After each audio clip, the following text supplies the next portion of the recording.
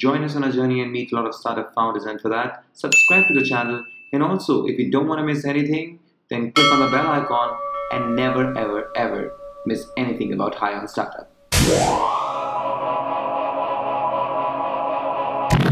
So welcome to High on Startup, and this time we bring you Mr. Dave Joshi, who has MSP Techs as his startup. Now we're going to ask him today that why he thought of it, what he thought of it, and how he's really making money out of the US accounts. Yes, I'm not kidding, and even the UK are involved. He's one of those people who's making a lot of money as Britain does her reparations to India. So Dave, how are you doing today? I'm doing good. How about you? I'm doing fine as well. So happy to have you here. Great, thank you. Because I can ask you a lot of questions. Absolutely. So tell me, why MSP Techs? Why did you want to start a startup instead of, just getting a white collar job? Yeah, I mean, actually, the reason why I need the startup to be, the reason I want to go with the startup because I thought I have more potential and I can earn a lot by working on my own instead of working for others. So that's the main thing, and I was quite confident in what exactly I was doing and the technologies I was dealing with. So that's why I thought let's do it on my own.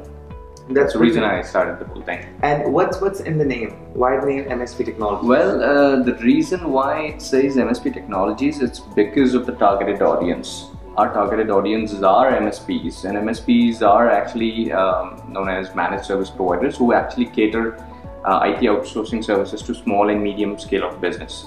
So what we are doing is we are actually catering to them, we're catering to MSPs. So that's why we named it after them, says MSP Technologies.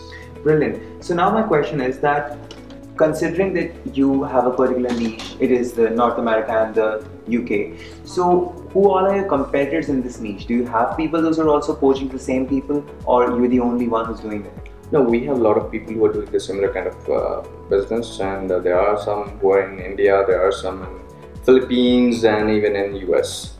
Oh. So yeah, there are a lot of people doing the similar kind of job, consider business. And what would be the biggest challenge that you faced in your line of work?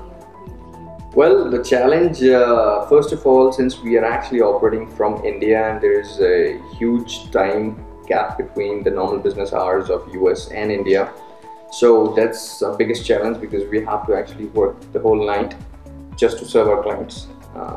Since they need the work done during the normal business hours, and just because of the time, we face issues even while hiring people because they really don't want to work during the night hours unless they're paid well. So that's another thing. And apart from that, in hiring we have a couple of issues which we face actually, especially finding the right skill set guy. Because it's not only the skill which is important for us, we also need someone who could actually communicate, in the same way so that the clients can understand what you're saying. So that's another thing, and that's it. Apart from that, I haven't faced any other issues. Brilliant. So now I want to ask you that if the people want to come into the same line of work that where you're working in, what would be a tip you want to give to the budding entrepreneurs? Well, I would say don't just jump right in after your college. I would rather say just go ahead and take some, experience, work for some corporates, so that you actually get to know and understand the corporate culture. It's really important because I've seen people. What they do is right after the college they go ahead and start their own business. But when you do that, you're actually, you're not aware of how a corporate works. I mean, what kind of corporate culture you have. So it's really important if you have that exposure before you can actually start your own company. The reason why I'm saying this because when you do that, you try to implement the same thing in your own business. And when you are actually exposed to all those stuff, what you have seen in the corporate culture, you would actually try to implement the same thing in your business, which is really good. Makes sense, yeah. So then when you have to work the entire night and it gets really stressed out, what do you need to get high on? My startup, I get high on my startup.